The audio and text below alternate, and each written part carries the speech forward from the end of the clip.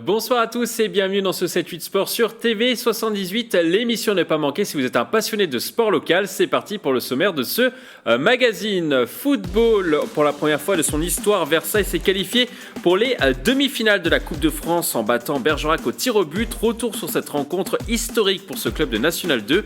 Une qualification que nous avons suivie en immersion. Rugby, Versailles brille également dans cette discipline. Le RCV s'est imposé contre Houille ce week-end dans le championnat de Fédéral 3. Le résumé du match dans ce magazine.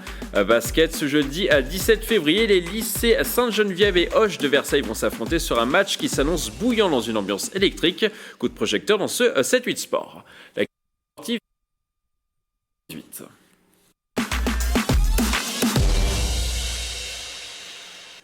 Ils l'ont fait, le FC Versailles 78 s'est brillamment qualifié pour les demi-finales de la Coupe de France en s'imposant mercredi dernier face à Bergerac à Périgueux. Pourtant, rien n'a été simple pour le club yvelinois, tout avait bien commencé. Les joueurs de la Cité Royale ouvrent le score à la 14e minute par Inza Diarrasouba. Magnifique but pour un joueur qui n'a pas souvent l'occasion de s'illustrer dans l'exercice. 1-0, ce sera le score à la pause, mais les joueurs de Versailles se font peur et se font égaliser à la 90e minute par Bergerac. Un but signé Axel Tressens. À ce moment-là, on s'est dit que ce serait très compliqué d'aller chercher la victoire et finalement les Versailles l'emportent 5 tirs au but à 4 dans l'euphorie générale. Après un tir au but manqué par Mingua, on écoute les réactions à la fin de cette rencontre historique. C'était un match difficile face à une bonne équipe avec un socle solide défensif. On a réussi à déjouer ce plan en marquant assez tôt. Ça restait un avantage très important face à ce genre d'équipe, mais on a manqué justement de lucidité sur une ou deux situations pour pouvoir tenir le score jusqu'au bout. Mais bon, derrière, les garçons ont réussi à se concentrer et s'approprier cette séance de pénalty. Dès que le match est fini, j'ai dit les gars, on a pris un but, mais il y a 90 minutes ou plus, on savait. C'est une possibilité. On est parti avec confiance, tout le monde a mis ses pénaltys. On a eu la chance qu'un joueur de Bergerac tire sur le poteau et ça nous a servi aujourd'hui, donc très content. Une qualification en demi-finale de Coupe de France, c'est une grande première pour un club yvelinois et une belle récompense pour les supporters versaillais qui avaient fait le déplacement jusqu'à Périgueux pour soutenir les joueurs. Nous avons suivi ce périple en immersion avec les 56 courageux présents mercredi dernier au stade. Regardez.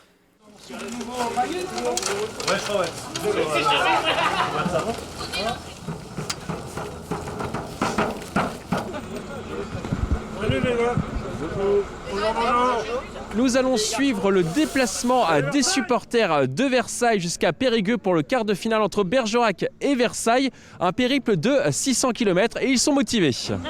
Louis 1, Louis 2. Versailles,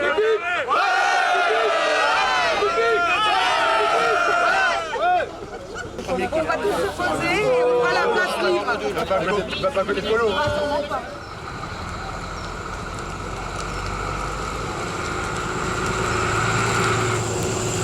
On va le savoir, ça va être sur des militaires en hauteur. On a pris deux dans la chambre avec la voilà. Mais qu'est-ce qui va se passer? On va les chicoter. Oh, Ça fait donc 3h30 que les supporters versaillais sont partis depuis Versailles. À mes côtés, Anthony. Alors Anthony, comment ça se passe du coup ce déplacement ? Ça se passe plutôt bien, c'est une ambiance bon enfant, enjouée.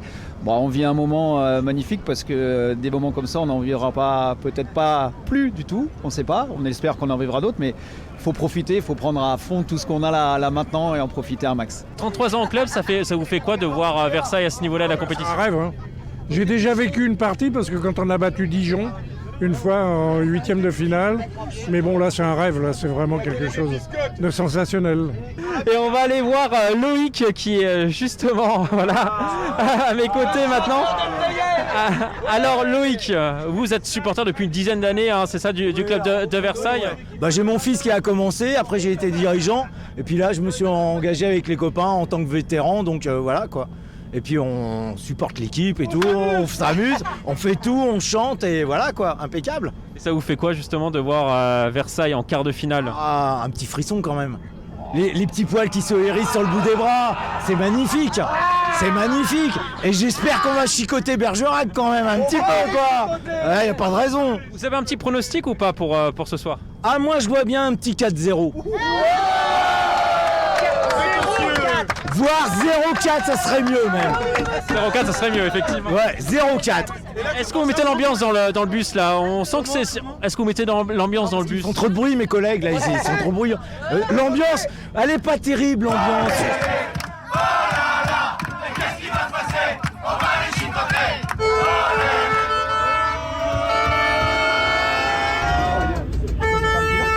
les chicoter.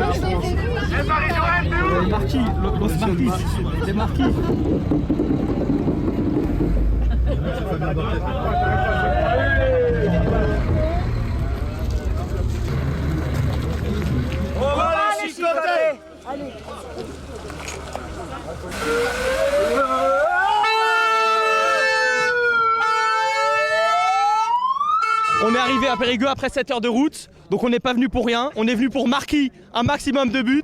Là aujourd'hui il y a le Roi Soleil qui est avec nous, il va nous porter chance et on espère se qualifier et récupérer le trône.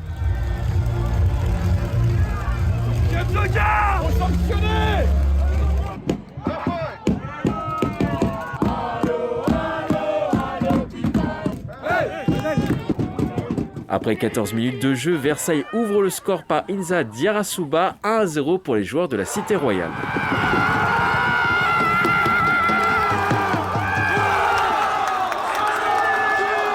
Au même moment, explosion de joie devant l'écran géant installé place du Marché à Versailles.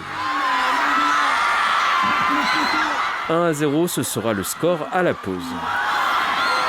C'est bien, ça joue bien et ce but a fait beaucoup de bien au Versailles. Et surtout, ils défendaient très bien, il y avait un très bon pressing et on arrivait à faire un bloc et à faire un bloc pour pas qu'ils puissent marquer. Et je pense qu'on a bien joué cette première mi-temps et c'était super.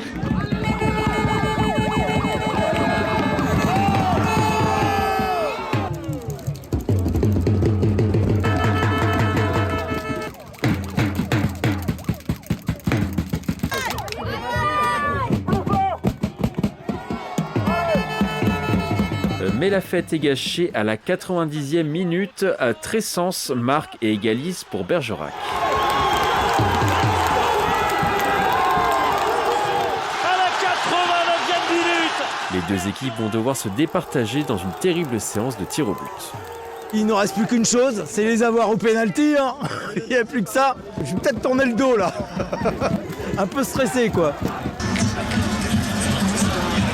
À Versailles aussi, les milliers de supporters des joueurs de la Cité Royale vont stresser jusqu'au bout. Après 3 tirs au but réussis de chaque côté, Bergerac manque ce pénalty en tirant sur le poteau. Diouf marque le but libérateur. Pour la première fois de son histoire, Versailles se qualifie pour les demi-finales de la Coupe de France. C'est une grande fierté d'avoir un club qui fait un tel exploit. Surtout, c'est notre ville, c'est Versailles. Ah, c'est historique, c'est magique, c'est énorme.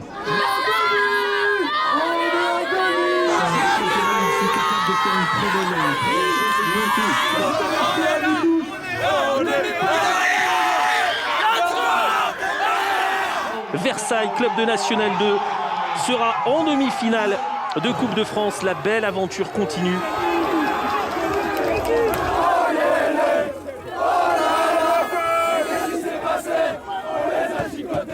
Ça y est, c'est fait. Versailles est en demi-finale de la Coupe de France. Ils viennent de battre au tir au but Bergerac ici à Périgueux dans une ambiance fantastique du côté des Versaillais. On va justement les rencontrer. Ils sont fous parce qu'ils communient avec les joueurs en ce moment.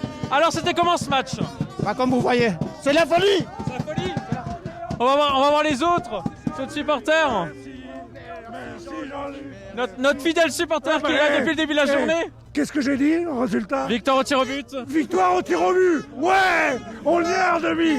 On est en demi. On est en demi. Il n'y a plus de voix. C'est super. On a gagné, on est en demi là. J'ai plus de voix. La gagne, on va au bout. On va au bout. La finale et on gagne. On est obligé, l'année prochaine.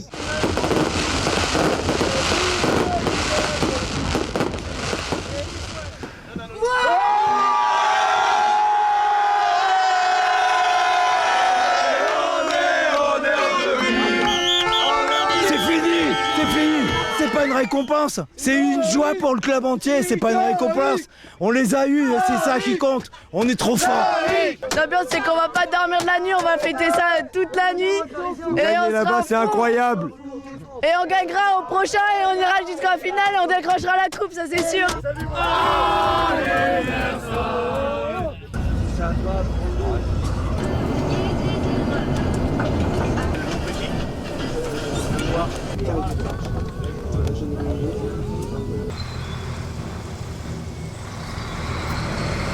C'est mission accomplie pour les joueurs, pour le staff et pour les supporters. Voilà, il est bientôt 4h30 du matin et tout le monde est heureux de cette qualif, tout le monde est heureux aussi de rentrer se coucher, je crois. Et on espère qu'il y aura de plus en plus de monde à Montmoreau pour soutenir l'équipe. Michael Michet, responsable communication et recrutement du club, est avec nous en visio pour nous parler de cet exploit. Bonsoir Michael. Bonsoir. Alors, est-ce que vous êtes redescendu un petit peu sur terre après cet exploit? Oui, quand même, parce qu'il a fallu se projeter sur le match de championnat qui avait lieu ce week-end, donc on n'a pas trop le temps de cogiter, mais c'est vrai qu'on savoure quand même encore ce résultat historique pour le club. Alors, je rappelle que vous êtes seulement le 5e club de 4e division à atteindre les demi-finales de l'épreuve. Vous rejoignez par exemple Calais. Est-ce que vous réalisez? En fait, peut-être pas à la hauteur de ce que ça représente. Je pense qu'il va falloir, et c'est ce qu'on disait un petit peu avec les garçons, il va falloir peut-être des semaines, des mois, voire certains des années pour se rendre compte de l'ampleur de ce qui a été fait sur ces dernières semaines. Maintenant, encore une fois, l'objectif, c'est de continuer à gagner des matchs. Donc, on se remet vite dans le quotidien et dans le travail. Qu'est-ce que ça vous fait, Michael Michet, de voir la place du marché à Versailles bondée, heureuse? Qu'est-ce que ça vous fait? Ça a été quelque chose d'exceptionnel, surtout qu'on a pu avoir les vidéos tout de suite après la rencontre, puisque monsieur le maire était avec nous et qui nous a gentiment montré les images de ce qui s'était passé à Versailles pendant la rencontre. Et c'est vrai que ça, c'est aussi une victoire. C'est aussi une victoire du club d'avoir réussi à attirer autant de personnes sur cette place, d'avoir réussi à réunir autant de personnes avec un objectif commun qui était de voir la qualification du club. Et c'est vrai qu'en plus, quand il y a une récompense comme la victoire au bout, c'est beau de voir tous ces sourires, de voir tous ces visages heureux, que ce soit, on a vu des enfants, on a vu des gens aussi un peu plus âgés. Donc voilà, le foot rassembleur dans ces moments-là, c'est quelque chose d'exceptionnel et c'est aussi encore une fois une grande fierté d'avoir participé à tout ça. Alors vous avez également comblé les supporters qui sont allés jusqu'à Périgueux. Ils étaient à 56, peut-être un petit peu plus dans les tribunes. Est-ce qu'il y a une pensée des joueurs aussi pour ces supporters qui ont fait 7 heures de bus aller, mais également retour? Oui, il y a une pensée au moment du coup de sifflet final, ça s'est vu, puisque les garçons se sont très vite précipités vers eux pour fêter la qualification, mais sans trahir de secret, ça a été aussi une des pensées avant le match, que le coach en avait fait référence aussi en partie, donc voilà, on était conscient qu'il y avait des gens qui s'étaient levés tôt le matin, comme ça avait pu être le cas aussi sur les tours précédents, notamment à Sarre-Union ou à Toulouse, donc voilà, ça faisait partie aussi des éléments de motivation en plus pour le groupe pour aller chercher cette qualification. Au prochain tour, vous allez donc affronter Nice, un club de Ligue 1, j'ai envie de dire enfin un club de Ligue 1, un gros morceau. Ouais, enfin, il a fallu attendre jusqu'à la demi-finale pour avoir enfin ce privilège-là de pouvoir jouer un club de l'élite. En plus, on joue un club qui est très bien placé en championnat, qui a en son sein l'entraîneur champion de France en titre, donc c'est une superbe référence. Donc voilà, on a hâte, même s'il reste encore un match de championnat encore à jouer la semaine prochaine avant ce match contre Nice. Donc cette rencontre se disputera le mercredi 2 mars, mais on ne connaît toujours pas le lieu, hein. C'est bien ça, Michael Michet? Parce que le stade Montmoreau à Versailles n'est pas homologué pour ce type de rencontre. C'est ça, la certitude effectivement, comme sur plusieurs tours maintenant, c'est qu'on pourra pas avoir la chance de jouer ce match-là au stade Montmoreau. Maintenant, à l'heure actuelle, on n'a ni le lieu ni la date non plus, puisqu'elle n'est pas encore définitive. La programmation officielle n'est pas encore tombée. Donc, on n'a pas non plus la date ni l'horaire de cette rencontre-là. Voilà, on est en attente, le dénouement est imminent dans les prochaines heures, mais pour l'instant, il n'y a rien d'officiel. Oui, vous aviez sollicité notamment le Parc des Princes, mais le PSG a dit que c'était compliqué, hein, c'est bien ça? Ouais, alors plus qu'une sollicitation, c'est vrai que c'était un rêve surtout pour beaucoup de gens au club, que ce soit les joueurs, le staff ou l'encadrement du club, de pouvoir avoir l'opportunité de jouer cette rencontre au Parc des Princes, ça aurait été fabuleux. Maintenant, voilà, on a fait le point avec le Paris Saint-Germain. C'est un grand club avec d'énormes objectifs et beaucoup d'impératifs. Donc, on était conscient de toute façon que ce serait un dénouement positif difficile pour nous. Mais en tout cas, ils ont été réactifs, ils ont été à l'écoute, même si ça n'a pas pu se faire pour ce match-là. Mais on le comprend tout à fait et il n'y a aucune problématique avec le PSG. On espère peut-être que dans le futur, on aura l'opportunité de faire une demi-finale de Coupe de France au Parc des Princes. Mais ce ne sera pas pour cette saison, malheureusement. Ça sera forcément en région parisienne, cette rencontre ? Il y a plusieurs pistes d'étudier. Aujourd'hui, il y a des difficultés diverses et variées, comme ça avait été le cas aussi sur le match de Toulouse. Donc voilà, aujourd'hui, comme je vous le disais tout à l'heure, la réponse est imminente, mais il n'y a rien d'acté ni de définitif. Alors on sait que la priorité du FC Versailles 78 est le championnat. Versailles plus que jamais premier avec la victoire de ce week-end contre Poissy à 3-0. Mais bon, on ne va pas se cacher. L'objectif maintenant, c'est d'aller au bout. En championnat ? Oui. En championnat et en Coupe de France. Non, mais les garçons sont à l'image du nouveau projet du club. Les garçons sont des compétiteurs ambitieux. Donc, de toute façon, naturellement, quand on commence une compétition, c'est pour aller au bout. Voilà, maintenant, pour l'avenir du club, effectivement, la priorité reste le championnat. Les garçons ont su faire preuve de beaucoup d'abnégation pour se reconcentrer sur le match de ce week-end à Poissy, qui était un derby, donc qui était un match pas évident. Ils ont fait le boulot de manière très propre avec une victoire large. Donc voilà, on a encore beaucoup de matchs de championnat qui nous attendent, mais la priorité, elle est là. On aura le temps de penser à Nice, qui est dans quelques jours. Quand Nice sera là, l'objectif sera de se qualifier comme on l'a fait sur tous les tours précédents. Mais encore une fois, il ne faut pas se tromper de bataille. Aujourd'hui, c'est beaucoup plus important pour le FC Versailles 78 d'être en national la saison prochaine que de remporter la Coupe de France. Merci à vous, Mickaël Michet. On continuera évidemment à suivre le parcours du FC Versailles 78 pour cette Coupe de France 2022 sur TV78. Restez attentifs, on vous prépare beaucoup de belles choses sur notre chaîne. Merci, Mickaël Michet. On va continuer à parler de Versailles, mais cette fois-ci en rugby dans le championnat de Fédéral 3. Les Versailles se sont relancés ce week-end sur leur terrain en remportant le derby contre Houille à domicile. Un montage de Rémi Lefebvre. Un derby à remporter. Ce dimanche 13 février, Versailles recevait Houille au stade Mauboron pour un match en retard qui comptait pour la 10e journée de Fédéral 3. Plus solide, Versailles déroule devant son public en première période avec 3 essais en poche. Le score à la pause, 29-10. De temps en temps, quand on était dans nos 5 mètres, on a tenté des gestes où il n'y avait pas lieu de faire ces gestes-là qui nous ont fait nous retrouver entre les perches. Et voilà, franchement, leur entrée, elle était parfaite et une certaine solidité défensive de leur part aussi parce qu'ils n'ont jamais rompu. On fait une très grosse entame, ce qui nous permet vraiment de bien rentrer dans le match, qui permet un petit peu de nous installer dans cette partie. On a pris l'ascendant sur tous les duels, sur toutes les phases de conquête et de ruck. Donc on fait une très très bonne entame, une très bonne première mi-temps. En seconde période, Houille revient dans le match et bouscule les Versaillais, mais les joueurs de la Cité Royale tiennent bon. Score final 36-25, le bonus offensif s'envole pour le RCV. C'est imparfait, mais on va s'en contenter parce qu'on manque de rythme. Depuis le début de l'année, ça fait que le deuxième match qu'on dispute actuellement. Et voilà, du coup, ça se ressent. Notre force que début de la saison, c'était les 30 dernières minutes. Et puis là, c'est là que l'adversaire revient aujourd'hui. Donc c'est dommage, il va falloir qu'on rebosse là-dessus, que ça redevienne notre force. Avec ce résultat, le club de Versailles reprend la tête de la poule 1 du championnat de Fédéral 3, où il est à la 4e place.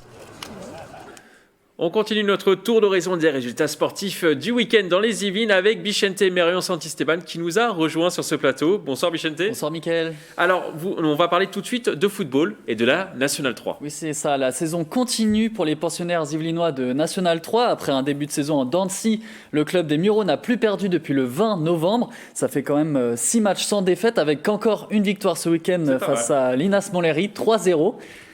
Le club se rapproche donc de la première moitié du classement avec un bilan de 5 victoires, 3 nuls et 6 défaites avant le prochain match et le derby face à Mantes-la-Jolie le 27 février prochain. Le Mantois FC justement qui a fait match nul 0-0 à la maison face à la réserve du Paris Saint-Germain et qui est 10e sur 14 équipes. Du basket maintenant, ça jouait du côté de Poissy. Oui, l'équipe Pissiacaise s'est imposée dans sa poule de National 2, 74-63 face au pays de Fougères pour le compte de la 17e journée. Avec 29 points, Poissy est 3e à 3 unités de la première place, partagée par les clubs des Hauts-de-France de Long-Plage et Berck. Un mot de handball, Vicente. Oui, exactement. 2 clubs yvelinois jouaient la 13e journée de National 3 masculine ce samedi 12 février. Une victoire et une défaite. Mickaël, on commence par quoi ? Oh, la victoire. La victoire, plaisir, qu'il a largement emporté 37-20 en Bretagne face à Bruce. Oui, le Vésiné Carrière, de son côté, a perdu 18-20 à la maison face au club breton de Morlaix. Avec ces résultats, les 2 clubs proposent un bilan de 7 victoires et 6 défaites et se classent respectivement à la 7e et la 8e place de la division, soit en milieu de tableau. Alors Vicente, maintenant vous allez nous faire voyager, vous allez nous emmener à Pékin pour parler des Jeux Olympiques. Oui, exactement, Mickaël. Vous avez peut-être déjà entendu parler de Sandy Claire, une ancienne cycliste sur piste qui a fait les Jeux de Londres en 2012 et de Rio en 2016 notamment. Elle a réussi sa reconversion puisque c'est la remplaçante de la première délégation de bobsleigh féminin de l'histoire. Elle est enfin arrivée à Pékin. C'était un peu compliqué avec les différents protocoles. Elle a été notamment testée positive au Covid et elle a dû attendre avant de pouvoir valider son test négatif et de rejoindre tout récemment, ces derniers jours, la délégation française. On a pu suivre un peu ses contretemps ces derniers jours sur ses réseaux notamment et son soulagement d'être arrivée. Merci, félicitations à elle. Sandy Claire sera donc remplaçante de l'équipe de bobsleigh féminin qui entrera prochainement en lice à Pékin. On termine par une petite touche technique, Vicente. Exactement. À défaut de voir son équipe l'emporter face à Versailles, le maire pissiaquais Carl Olive s'est essayé à la lucarne d'Evry. Vous en avez déjà entendu parler, Mickaël ? Oui, je m'y suis pas encore essayé, mais je vais tenter un jour peut-être. On a hâte de voir la vidéo. En tout cas, c'est devenu un sanctuaire du football, cette petite lucarne qu'il faut atteindre du premier coup, dans le quartier des Pyramides d'Evry. Beaucoup de personnalités s'y sont essayées, dans le milieu du football notamment, le Marocain Benassia, l'ancien joueur du Paris Saint-Germain Néné, même Lionel Messi a été mis en scène avec pour une pub. Eh bien, il était temps pour le fan de football qui est Carl Olive de s'y essayer. Regardez sa tentative. Mala, est-ce que le mur est à distance ? Il est à distance. C'est l'arbitre. On peut y aller. On peut y aller. Alors on y va. Hey, clin d'œil comme Néné. Ok, c'est parti.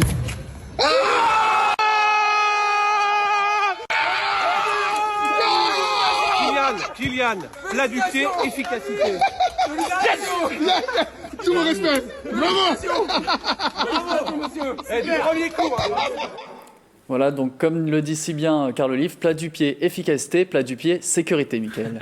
Toujours bravo à Carl Olive. Et je tiens à noter quand même qu'il était en chaussures de ville, ce qui rend la tâche encore plus compliquée. Bravo à Carl Olive. Merci Vicente, en tout cas pour toutes ces précisions. Merci, on Mickaël. vous retrouve la semaine prochaine. On va maintenant prendre la direction du Vélodrome national de Saint-Quentin-en-Yvelines. Après 2 ans d'absence, le championnat Île-de-France de l'Omnium était programmé ce dimanche 13 février pendant toute la journée. Au total, une centaine de sportifs ont répondu présents pour ce rendez-vous qui compte 4 épreuves sur la même journée.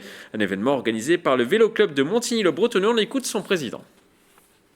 Dans l'ensemble, il y a un très bon niveau à partir des juniors, seniors, parce que là, c'est des coureurs confirmés qui ont déjà couru, etc. La plus grosse interrogation, c'est au niveau des minimes et des cadets, où pratiquement ce sont tous des débutants, puisqu'il n'y a pas eu d'organisation pendant 2 ans. Toujours en cyclisme sur piste, il est de retour aux affaires. Après avoir mis un terme à sa carrière en janvier 2021, l'Yvelinois Grégory Boger, quadruple médaillé olympique, va devenir entraîneur de l'équipe nationale de sprint à compter du mois de mars. Il a été choisi par le nouveau directeur du programme olympique Florian Rousseau. Il aura pour objectif de faire briller la France aux Jeux Olympiques de Paris en 2024. Il entraînera donc les sportifs au Vélodrome national de Saint-Quentin-en-Yvelines. On va maintenant parler basket et d'un match particulièrement attendu le 17 février. Les lycées Sainte-Geneviève et Hoche de Versailles vont s'affronter sur un match de basket. L'événement est très attendu par les étudiants des 2 structures. Un montage de Xavier Jalin. Un match de basket avec des étudiants chauffés à blanc dans une salle pleine à craquer. Après 2 ans d'absence, le sulfureux derby Ginette-Hoche sera de retour le 17 février prochain. Ce rendez-vous entre les 2 lycées versaillais a été imaginé par François Alamand, professeur de sport au lycée Sainte-Geneviève. J'ai créé un petit match entre élèves à 10 personnes dans un gymnase, 2004. Et petit à petit, ça a pris de l'ampleur, quelques chaises en plus, quelques enceintes en plus. 300, 500, 800, 900 personnes. Et après, on est parti sur Montboron pour une machine importante. Aujourd'hui, l'événement regroupe plusieurs centaines d'étudiants sur une soirée au gymnase Montboron, avec en jeu bien plus qu'un match de basket, mais une suprématie. C'est un Oxford-Cambridge, pardonnez-moi cette référence, à la sauce NBA sur deux entités qui se connaissent depuis des dizaines, voire plus années, et qui ont envie, ce moment-là, de participer à une grande joute sportive basket. Le spectacle sera également autour du terrain au programme des shows de Pom-Pom Girl, un DJ ou encore des VIP dans les tribunes. C'est une folle ambiance qui surprend même les joueurs de l'équipe de France qui sont venus de basket. Ça n'existe pas aujourd'hui dans le milieu professionnel et c'est ce qui nous surprend tous encore chaque année. Le match est uniquement sur invitation pour les spectateurs venus de l'extérieur. Pour l'instant, Ginette domine ce derby avec 14 victoires pour une seule défaite. C'est la fin de cette émission. Merci de l'avoir suivi. À bientôt sur TV78.